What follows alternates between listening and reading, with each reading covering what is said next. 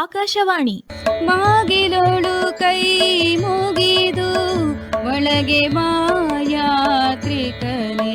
ದಾವಣಗೆರೆ ಜಿಲ್ಲೆ ಪ್ರವಾಸಿ ತಾಣ ವಿಶೇಷ ಕಾರ್ಯಕ್ರಮ ಸರಣಿ ಪ್ರಸ್ತುತಪಡಿಸುತ್ತಾರೆ ಎಂಎನ್ ಸುಂದರ್ರಾಜ್. ನಮಸ್ಕಾರ.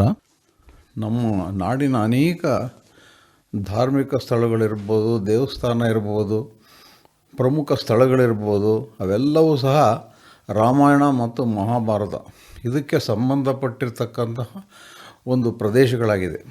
ಅಂಥ ಒಂದು ಅದ್ಭುತವಾಗಿರ್ತಕ್ಕಂಥ ಸ್ಥಳ ಅಂತಂದರೆ ದಾವಣಗೆರೆ ಜಿಲ್ಲೆಯ ಹೊನ್ನಾಳಿ ತಾಲೂಕಿನಲ್ಲಿರ್ತಕ್ಕಂತಹ ತೀರ್ಥರಾಮೇಶ್ವರ ಕ್ಷೇತ್ರ.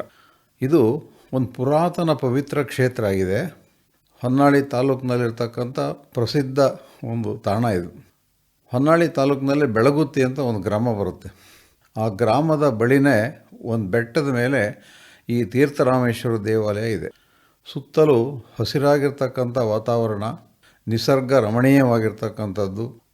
ಅಲ್ಲಿ ತಂಪಾದ ವಾತಾವರಣ, ಗುಡ್ಡ ಬೆಟ್ಟಗಳು, ಕಾಡು ಇವೆಲ್ಲವನ್ನು ನೋಡಿದಾಗ ನಾವು ಯಾವುದೋ ಒಂದು ಅಪರೂಪದ ಸ್ಥಳಕ್ಕೆ ಬಂದಿದ್ದೀವೇನೋ ಅಂತಕ್ಕಂಥ ಭಾವನೆ ನಮಗೆ ಉಂಟಾಗುತ್ತೆ.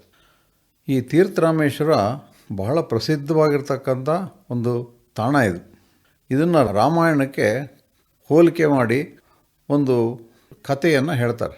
ಅದನ್ನೆಲ್ಲರೂ ನಂಬ್ತಾರೆ. ಅದು ಕಥೆಯಲ್ಲ, ನಡೆದಿರ್ತಕ್ಕಂಥದ್ದು ಅನ್ನೋದನ್ನು ಇಲ್ಲೆಲ್ಲರೂ ಸಹ ನಂಬ್ತಾರೆ. ತ್ರೇತಾಯುಗದಲ್ಲಿ ರಾಮ ಇಲ್ಲಿಗೆ ಬಂದಿದ್ದ. ವನವಾಸಕ್ಕೆ ಹೋಗ್ಬೇಕಾದ್ರೆ ವನವಾಸದಲ್ಲಿದ್ದಾಗ ಸೀತೆ ಜೊತೆಗೆ ಇಲ್ಲಿಗೆ ಬಂದಾಗ ಸೀತೆಗೆ ಬಾಯಾರಿಕೆ ಆಯ್ತಂತೆ. ಅವಾಗ ಆಕೆ ನೀರು ಬೇಕು ಅಂತ ಕೇಳಿದಾಗ ರಾಮ ತನ್ನ ಬಾಣದಿಂದ ಇಲ್ಲಿನ ಭೂಮಿಯ ಮೇಲೆ ಹೊಡೆದಾಗ ಅಲ್ಲಿನ ನೀರಿನ ಬುಗ್ಗೆ ಉಕ್ಕಿ ಹರಿತು ಅಂತ ಹೇಳ್ತಾರೆ. ಈಗ ಆ ನೀರಿಗೆ ಒಂದು ಕುಂಡಕ್ಕೆ ಬೀಳುವಂತೆ ನಿರ್ಮಿಸಿದ್ದಾರೆ. ವರ್ಷದ 365 ದಿನವೂ ಸಹ ಅತ್ಯಂತ ಸಿಹಿಯಾದ ಮತ್ತು ಸ್ವಚ್ಛವಾದ ನೀರು ಇವತ್ತಿಗೂ ಸಹ ಅಲ್ಲಿ ನಾವು ಕಾಣ್ಬೋದು. ಇದೊಂದು ಪವಿತ್ರ ಜಲ ಅಂತ ಜನ ಭಾವಿಸಿದ್ದಾರೆ. ಅನೇಕ ರೋಗಗಳು ಇದರ ಸೇವನೆಯಿಂದ ವಾಸಿಯಾಗುತ್ತೆ ಅಂತಕ್ಕಂಥ ನಂಬಿಕೆಯೂ ಇದೆ. ವಿಶೇಷ ಅಂತಂದರೆ ಈ ನೀರನ್ನು ಉಪಯೋಗಿಸಿ ಮಾಡ್ತಕ್ಕಂಥ ಅಡುಗೆ ಬಹಳ ರುಚಿಯಾಗಿರುತ್ತೆ ಅಂತ ಅನೇಕ ಭಕ್ತರು ಇಲ್ಲಿಗೆ ಬಂದವರು ಹೇಳ್ತಾರೆ. ಅನೇಕರು ಇಲ್ಲಿ ಬರ್ತಾರೆ, ನೀರಿನಲ್ಲಿ ಸ್ನಾನ ಮಾಡ್ತಾರೆ, ದೇವರ ದರ್ಶನವನ್ನು ಮಾಡ್ತಾರೆ, ಅಡುಗೆ ಮಾಡ್ಕೊಂಡು ಊಟ ಮಾಡ್ಕೊಂಡು ಹೋಗ್ತಾರೆ. ಒಂದು ಬಹಳ ಆಶ್ಚರ್ಯದ ಸಂಗತಿ ಅಂತಂದರೆ ಈ ಕೊಳಕ್ಕೆ ಏನು ನೀರು ಬೀಳುತ್ತೆ ಅದು ಕೊಳ ತುಂಬಿದ ತಕ್ಷಣ ಆ ನೀರಿನ ಹರಿವು ನಿಂತೋಗುತ್ತೆ. ಸ್ವಲ್ಪ ಖಾಲಿಯಾದರೂ ಸಹ ಮತ್ತೆ ನೀರು ಹರಿದು ಬರುತ್ತೆ. ಇದು ಎಲ್ಲಿಂದ ಬರುತ್ತೆ ಯಾರಿಗೂ ಗೊತ್ತಿಲ್ಲ.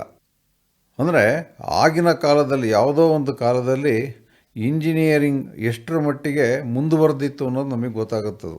ನೀರು ತುಂಬಿದ ತಕ್ಷಣ ನೀರಿನ ಹರಿವು ನಿಂತೋಗ್ತಕ್ಕಂಥದ್ದು, ನೀರು ಕಡಿಮೆ ಆದಾಗ ಮತ್ತೆ ನೀರು ಬೀಳ್ತಕ್ಕಂಥದ್ದು. ಯಾವುದೋ ಕಾಲದಲ್ಲಿ ಎಂತೆಂತಹ ಮಹಾತ್ಮರಿದ್ದರು, ಎಂಥ ಒಬ್ಬ ವಿಜ್ಞಾನಿಗಳಿದ್ದರು ಅನ್ನೋದು ಸಹ ಈ ತೀರ್ಥವನ್ನು ನೋಡಿದಾಗ ನಮಗೆ ಕಂಡುಬರುತ್ತೆ. ಇಲ್ಲೇ ಒಂದು ದೇವಸ್ಥಾನ ಇದೆ. ಆ ದೇವಸ್ಥಾನದೊಳಗೆ ಒಂದು ಶಿವಲಿಂಗ ಇದೆ. ಆ ಶಿವಲಿಂಗವನ್ನು ಪ್ರತಿಷ್ಠಾಪನೆ ಮಾಡಿದನು ರಾಮ ಅಂತ ಒಂದು ನಂಬಿಕೆ. ಹೀಗಾಗಿ ಇಲ್ಲಿ ತೀರ್ಥನೂ ಇದೆ, ರಾಮ ಬಂದಿರತಕ್ಕಂಥ ಸ್ಥಳನೂ ಆಗಿದೆ, ಮತ್ತು ಈಶ್ವರನ ಒಂದು ಲಿಂಗನೂ ಇದೆ. ಹೀಗಾಗಿ ತೀರ್ಥ ರಾಮ ಈಶ್ವರ, ಇದಕ್ಕೆ ತೀರ್ಥರಾಮೇಶ್ವರ ಅಂತ ಕರೀತಾರೆ. ಮುಂಚೆ ಇದು ಬರೀ ಒಂದು ಈಶ್ವರನ ಲಿಂಗ ಇತ್ತು. 800 ವರ್ಷಗಳ ಹಿಂದೆ ಇದಕ್ಕೆ ಒಂದು ದೇವಾಲಯವನ್ನು ಸಹ ನಿರ್ಮಾಣ ಮಾಡಿದ್ದಾರೆ ಅಂತ ಹೇಳ್ತಾರೆ. ಈ ದೇವಾಲಯ ಹೇಗಿದೆ ಅಂತಂದರೆ ಹೊಯ್ಸಳರ ಮತ್ತು ವಿಜಯನಗರ ಶೈಲಿಯಲ್ಲಿ ನಿರ್ಮಿಸಿರ್ತಕ್ಕಂಥ ಒಂದು ದೇವಾಲಯ. ಇಲ್ಲಿ ಇನ್ನೊಂದು ಬಹಳ ವಿಶೇಷ ಅಂತಂದರೆ ಈ ತೀರ್ಥರಾಮೇಶ್ವರದಲ್ಲಿ ತ್ರಿಮೂರ್ತಿಗಳು ನೆಲೆಸಿರ್ತಕ್ಕಂಥ ತಾಣನೂ ಆಗಿದೆ. ನಮಗೆಲ್ಲ ಭಾಳ ಆಶ್ಚರ್ಯವಾಗಿರ್ತಕ್ಕಂಥ ಒಂದು ಸಂಗತಿ ಅಂದರೆ ಬ್ರಹ್ಮನನ್ನು ಎಲ್ಲೂ ಪೂಜೆ ಮಾಡಲ್ಲ. ಆದರೆ ಎಲ್ಲೂ ಪೂಜೆಗೊಳ್ಳದ ಬ್ರಹ್ಮ ಇಲ್ಲಿ ಪೂಜೆಗೊಳ್ತಾನೆ. ಇದು ದೇವಸ್ಥಾನದ ಒಂದು ಬಲಭಾಗದಲ್ಲಿರ್ತಕ್ಕಂಥ ಒಂದು ಪುಟ್ಟ ದೇವಾಲಯದಲ್ಲಿ ಬ್ರಹ್ಮನ ವಿಗ್ರಹವನ್ನು ನಾವು ನೋಡ್ಬೋದು. ಈ ಬ್ರಹ್ಮನಿಗೆ 4 ಮುಖಗಳಿದೆ. 3 ಮುಖ ಕಾಣುತ್ತೆ. ಹಿಂಬದಿಯಲ್ಲಿರ್ತಕ್ಕಂಥ ಮುಖ ನೋಡಬೇಕಾದ್ರೆ ಅಲ್ಲೊಂದು ಕನ್ನಡಿಯನ್ನು ಸ್ಥಾಪನೆ ಮಾಡಿದ್ದಾರೆ. ಆ ಕನ್ನಡಿಯಲ್ಲಿ ನೋಡಿದಾಗ 4ನೇ ಮುಖನೂ ಸಹ ನಮಗೆ ಕಾಣುತ್ತೆ. ಈ ಶಿವಲಿಂಗದ ಎದುರು ನಂದಿ ವಿಗ್ರಹ ನೋಡ್ಬೋದು. ಅದ್ರ ಮುಂದೆ ನಂದಿ ವಿಗ್ರಹ ಇದೆ. ಅದನ್ನು ಕಾಶಿಯಿಂದ ತಂದು ಇಲ್ಲಿ ಪ್ರತಿಷ್ಠಾಪನೆ ಮಾಡಿದ್ದಾರೆ ಅಂತ ಹೇಳ್ತಾರೆ.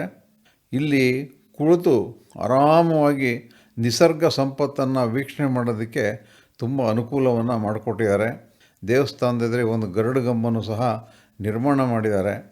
ಆದಿಶೇಷ, ಗಂಗಾದೇವಿ, ಚೌಡೇಶ್ವರಿ ದೇವಿ ವಿಗ್ರಹಗಳನ್ನು ಸಹ ಇಲ್ಲಿ ಸ್ಥಾಪನೆ ಮಾಡಿದ್ದಾರೆ.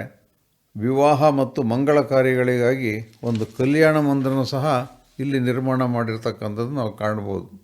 ಆದ್ದರಿಂದ ಇಲ್ಲಿ ಅನೇಕ ವಿವಾಹಗಳು ನಡೆಯುತ್ತೆ, ಮಂಗಳ ಕಾರ್ಯಗಳು ನಡೆಯುತ್ತೆ. ಅಷ್ಟೇ ಅಲ್ಲ, ಇಲ್ಲಿ ಅನೇಕ ವೀರಗಲ್ಲುಗಳು ಮತ್ತು ಶಾಸನಗಳು ಸಹ ಸಿಕ್ಕಿದೆ. ಅದರ ಪ್ರಕಾರ ಏನು ಗೊತ್ತಾಗುತ್ತೆ ಅಂದರೆ, ಹಿಂದೆ ಇದು ಒಂದು ಬೆಳಗುತ್ತಿ ಸಂಸ್ಥಾನ ಆಗಿತ್ತು. ಬೆಳಗುತ್ತಿಯ ನಾಯಕರು ಆಳ್ತಾ ಇದ್ದರು. ಸಮೀಪದಲ್ಲಿರ್ತಕ್ಕಂಥ ಬೆಳಗುತ್ತಿಯಲ್ಲಿ ಸಿದ್ದೇಶ್ವರ ದೇವಾಲಯ ಇದೆ, ಚನ್ನಕೇಶವ ದೇವಾಲಯ ಇದೆ, ಮೈಲಾರಲಿಂಗೇಶ್ವರ ದೇವಾಲಯನೂ ಸಹ ಇದೆ. ಈ ದೇವಾಲಯಗಳನ್ನೆಲ್ಲ ನೋಡ್ಕೊಂಡು ತೀರ್ಥರಾಮೇಶ್ವರದಲ್ಲಿ ಒಂದು ಅರ್ಧ ದಿವಸ ಕುಟುಂಬ ಸಮೇತ ಪ್ರವಾಸಕ್ಕೆ ಬಂದರೆ ಇದು ಭಾಳ ಸೂಕ್ತವಾಗಿರ್ತಕ್ಕಂಥ ಸ್ಥಳ. ನಗರದ ಒಂದು ಜಂಜಾಟ ಇಲ್ಲಿ ಕಂಡು ಬರಲ್ಲ. ಅತ್ಯಂತ ಸೊಗಸಾಗಿರ್ತಕ್ಕಂಥ ಒಂದು ಸ್ಥಳ ಇದು. ಇಲ್ಲಿ ಆಹಾರ ಸಿಗಲ್ಲ, ಒಳ್ಳೆಯ ನೀರು ಸಿಗುತ್ತೆ. ಅದಕ್ಕೋಸ್ಕರವಾಗಿ ಇಲ್ಲಿ ಪ್ರವಾಸ ಹೋಗ್ತಕ್ಕಂಥವ್ರು ತಮ್ಮ ಜೊತೆಗೆ ಆಹಾರವನ್ನು ತೆಗೆದುಕೊಂಡು ಹೋಗ್ತಕ್ಕಂಥದ್ದು ಒಳ್ಳೆಯದು. ತೀರ್ಥರಾಮೇಶ್ವರಕ್ಕೆ ದೇವಾಲಯದ ಬಾಗಿಲಿನವರೆಗೂ ಸಹ ಹೋಗೋದಕ್ಕೆ ಒಳ್ಳೆಯ ರಸ್ತೆಗಳನ್ನು ಇಲ್ಲಿ ನಿರ್ಮಾಣ ಮಾಡಿದ್ದಾರೆ. ಬಸ್ಸುನಲ್ಲಿ ಹೋಗ್ತಕ್ಕಂಥವ್ರಿಗೆ ಬೆಳಗುತ್ತಿಯವರೆಗೆ ಮಾತ್ರ ಬಸ್ಸಿನ ವ್ಯವಸ್ಥೆ ಇದೆ. ಅಲ್ಲಿಂದ ಖಾಸಗಿ ವಾಹನದಲ್ಲಿ ಹೋಗಿ ಬರ್ಬೋದು. ಕೆಲವರು ನಡ್ಕೊಂಡೇ ಹೋಗ್ತಾರೆ.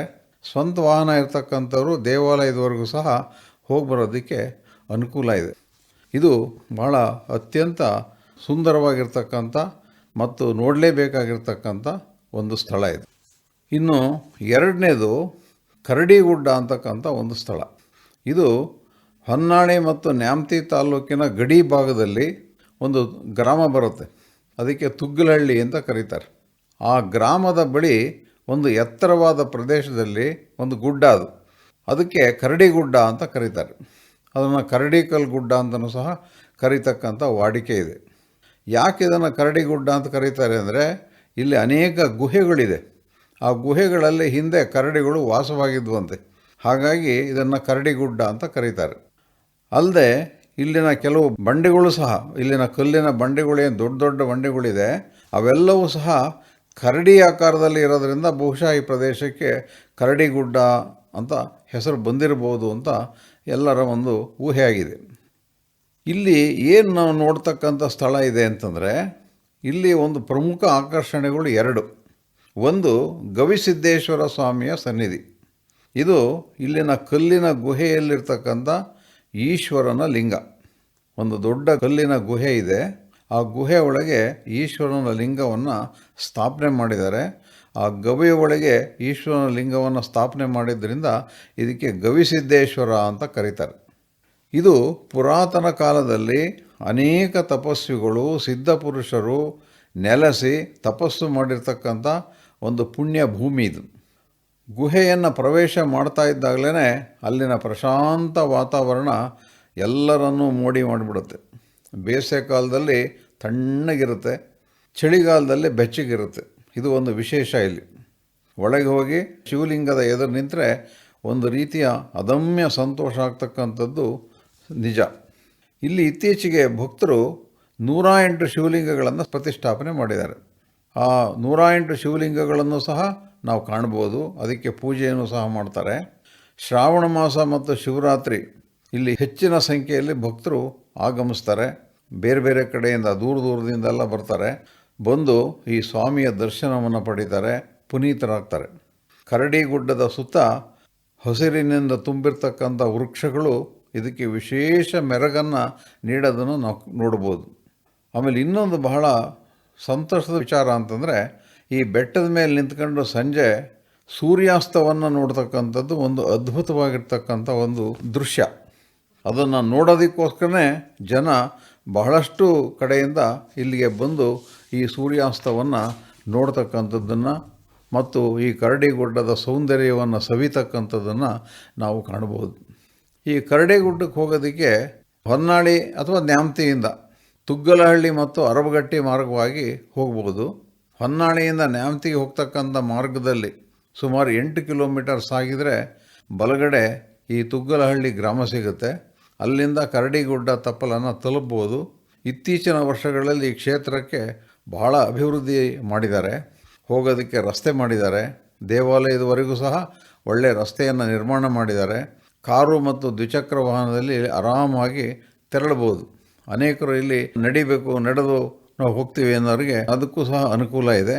ಭಾಳ ಸೊಗಸಾಗಿರ್ತಕ್ಕಂಥ ಒಂದು ದಿವಸ ಇಲ್ಲಿಗೆ ಪ್ರವಾಸವನ್ನು ಇಟ್ಕೊಂಡ್ರೆ ಆ ಸ್ಥಳದ ಮಹಿಮೆಯನ್ನು ನೋಡ್ಬೋದು, ಪ್ರಕೃತಿ ಸೌಂದರ್ಯವನ್ನು ಆಸ್ವಾದನೆ ಮಾಡ್ಬೋದು ಮತ್ತು ಅಲ್ಲಿರ್ತಕ್ಕಂಥ ವಿಶೇಷತೆಯನ್ನು ಸಹ ನಾವು ತಿಳಿಬೋದು. ಬಾಗಿಲೋಳು ಕೈ ಮುಗಿದು ಒಳಗೆ ಬಾ ಯಾತ್ರಿಕನೇ. ಕೇಳಿದ್ರೆ ಇನ್ನು ಕೆಲವು ಪ್ರದೇಶಗಳ ಬಗ್ಗೆ ಮಾಹಿತಿಯನ್ನು ತಿಳಿಸೋದಿದೆ. ನಿಮಗೂ ಕೂಡ ನಿಮ್ಮ ಜಿಲ್ಲೆಯ ಹಲವು ಪ್ರಾಂತ್ಯಗಳ ಬಗ್ಗೆ ಮಾಹಿತಿಯನ್ನು ಕೊಡಬೇಕು ಅಂತ ಆಸಕ್ತಿ ಇದ್ದರೆ ತಾವೂ ಕೂಡ ನಮ್ಮ AIRBDVT@gmail.comಗೆ ತಮ್ಮ ಊರ ಮಾಹಿತಿಯನ್ನು ತಿಳಿಸೋದಕ್ಕೆ ಅವಕಾಶ ಇದೆ. ಹಾಗೆಯೇ ಈ ಕಾರ್ಯಕ್ರಮ ಸರಣಿಯಿಂದ ನೀವು ಕೂಡ ಪ್ರೇರಿತರಾಗಿರಬಹುದು, ಹಲವಾರು ಪ್ರದೇಶಗಳನ್ನು ಭೇಟಿ ಮಾಡ್ತಿರಬಹುದು. ಅದನ್ನು ಕೂಡ ಯೋಚನೆಯನ್ನು ಮಾಡ್ತಾ ಇದ್ದರೆ ಬಹಳ ಒಳ್ಳೆಯದು. ಈ ಒಂದು ಪ್ರವಾಸಿ ಸ್ಥಳ ನಮಗೆ ಅತ್ಯಂತ ಪ್ರಮುಖ ಯಾಕಾಗತ್ತೆ ಅಂತಂದರೆ ಹಲವು ನೊಂದು ಬೆಂದ ಜೀವಗಳಿಗೆ ಮರುಜೀವವನ್ನು ಕೊಡುವಂತಹ ಸ್ಥಳಗಳು ಇವಾಗಿರುತ್ತೆ. ಅದೇ ರೀತಿಯಲ್ಲಿ ಹಲವಾರು ಜನರು ವಾರಪೂರ್ತಿ ಕೆಲಸ ಮಾಡಿದ ನಂತರದಲ್ಲಿ ವೀಕೆಂಡ್ನಲ್ಲಿ ಅಂದರೆ ವಾರದ ಕೊನೆಯಲ್ಲಿ ಇರತಕ್ಕಂಥ ರಜಾ ದಿನವನ್ನು ಕೂಡ ಈ ಥರದ ಪ್ರವಾಸಗಳಿಗೆ ಉಪಯೋಗಿಸಿಕೊಂಡಾಗ ಆಹ್ಲಾದಕರವಾದಂತಹ ವಾತಾವರಣದಲ್ಲಿ ನೀವು ಹೋಗಿ ಬಂದಾಗ ಪುನಃ ಕೆಲಸ ಮಾಡುವ ಹುಮ್ಮಸ್ಸು ಶಕ್ತಿಯೂ ಕೂಡ ಹೆಚ್ಚಾಗತ್ತೆ. ಆ ರೀತಿಯ ಒಂದು ಯೋಚನೆಯನ್ನು ಮಾಡಿ ಪ್ರವಾಸ ಯಾವತ್ತೂ ಪ್ರಯಾಸವಾಗಿರಬಾರ್ದು. ಪ್ರಯಾಸವಿಲ್ಲದೆ ಪ್ರವಾಸ ಮಾಡುವುದಕ್ಕೆ ನೀವು ಹೋಗುವುದಕ್ಕಿಂತ ಮೊದಲೇ ಅಲ್ಲಿ ಏನೇನನ್ನು ನೋಡ್ಬೋದು, ಸುತ್ತಮುತ್ತಲೂ ಏನೇನನ್ನು ನೋಡ್ಬೋದು ಎನ್ನುವುದನ್ನೆಲ್ಲವನ್ನು ತಿಳಿದುಕೊಂಡು ಹೋದಾಗ ನೀವು ಪ್ರವಾಸವನ್ನು ಸುಖಕರವಾಗಿ ಮುಗಿಸಿಕೊಂಡು ಬರೋದಕ್ಕೆ ಸಾಧ್ಯ ಆಗುತ್ತೆ. ಇದು ನಮ್ಮ ಈ ಪ್ರವಾಸಿ ತಾಣದ ಮಾಹಿತಿಯನ್ನು ಕೊಡುವಂಥ ಕಾರ್ಯಕ್ರಮದ ಪ್ರಮುಖ ಅಂಶವೂ ಕೂಡ ಹೌದು. ನಿಮಗೆ ಈ ಎಲ್ಲ ಮಾಹಿತಿಯನ್ನು ತಿಳಿಸ್ತಾ ಇದ್ದೀವಿ. ಈ ಮಾಹಿತಿ ನಿಮಗೆ ಹೇಗೆ ಅನಿಸ್ತಾ ಇದೆ ಅನ್ನೋದನ್ನು ನೀವು ಕೂಡ ನಮಗೆ ತಿಳಿಸ್ತೀರಿ ಅನ್ನೋ ಆಶಯದೊಂದಿಗೆ ಮುಂದಿನ ವಾರ ಪುನಃ ಭೇಟಿಯಾಗೋಣ. ನಮಸ್ಕಾರ. ಬಾಗಿಲೋಳು ಕೈ ಮುಗಿದು ಒಳಗೆ ಬಾ ಯಾತ್ರಿಕನೇ. ಇದುವರೆಗೆ ದಾವಣಗೆರೆ ಜಿಲ್ಲೆ ಪ್ರವಾಸಿ ತಾಣ ವಿಶೇಷ ಕಾರ್ಯಕ್ರಮ ಸರಣಿ ಕೇಳಿದಿರಿ. ಪ್ರಸ್ತುತಪಡಿಸಿದವರು MN ಸುಂದರ್ರಾಜ್. ನಿರ್ವಹಣೆ SR ಭಟ್.